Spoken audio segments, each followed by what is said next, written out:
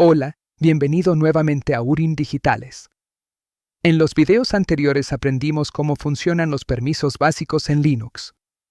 Vimos qué significan R, W y X, aprendimos que R significa lectura, W significa escritura y X significa ejecución en archivos. También vimos que en directorios el permiso X tiene un significado especial, permite entrar o atravesar ese directorio. Aprendimos a leer permisos como 755, 644 y 777.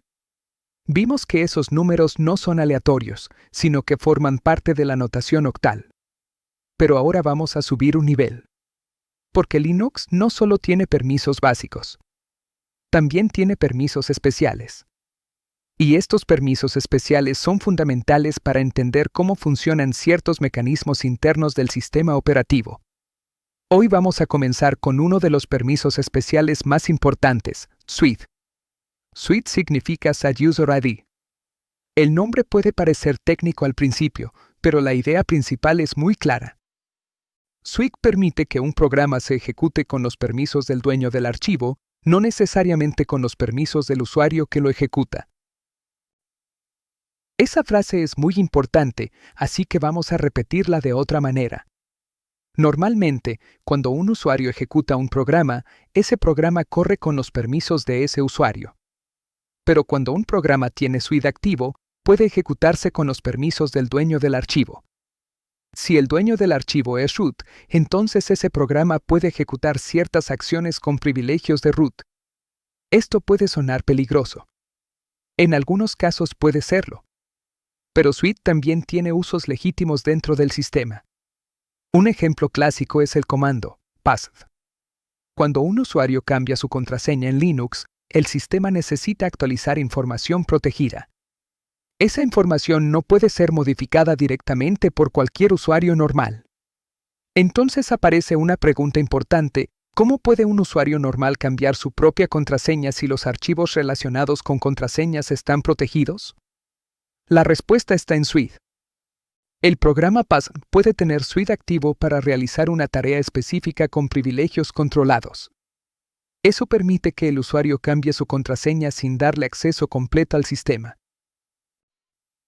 Este es un ejemplo legítimo. Suite no existe para romper la seguridad.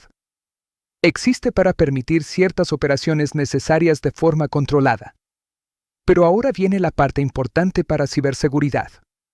El riesgo real aparece cuando un programa con Suite pertenece a root y además tiene una vulnerabilidad o una configuración insegura.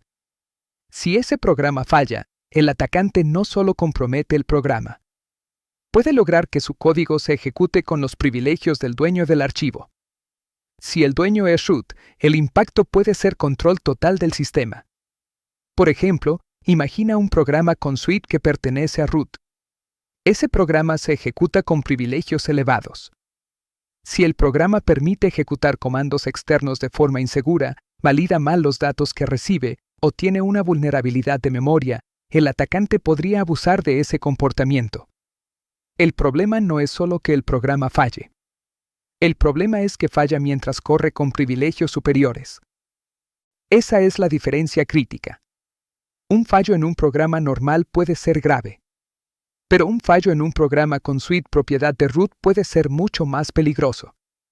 Por eso, en seguridad, Suite siempre merece atención.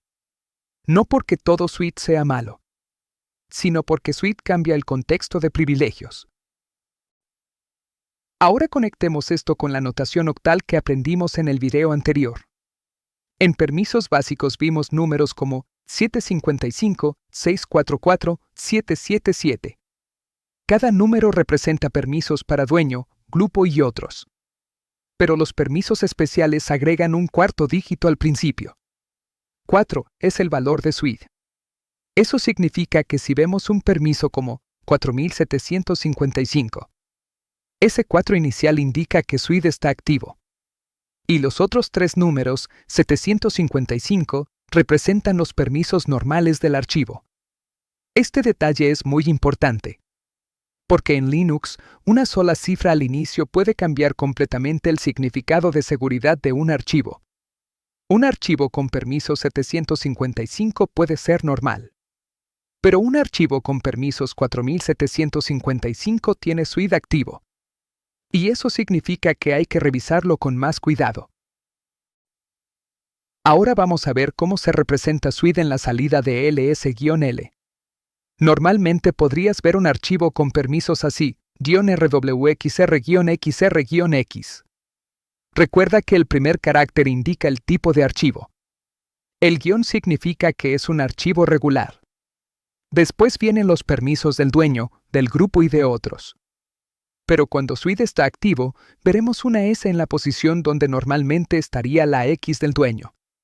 Por ejemplo, -rwsr-xr-x observa la primera parte de permisos después del tipo de archivo, RWS. Esa S indica que suite está activo. Significa que ese programa tiene un comportamiento especial relacionado con el dueño del archivo. Si el dueño es root, ese programa puede ejecutarse con privilegios de root, aunque lo lance un usuario normal. Aquí hay un detalle técnico importante. Si ves una S minúscula, significa que suite está activo y que también existe permiso de ejecución. Pero si ves una S mayúscula, significa que suite está activo, pero falta el permiso de ejecución. Eso suele indicar una configuración extraña o incorrecta, porque un suite sin ejecución normalmente no cumple su propósito. Este tipo de detalle es importante para un analista. Una sola letra puede cambiar la interpretación completa. Hasta aquí esta primera parte.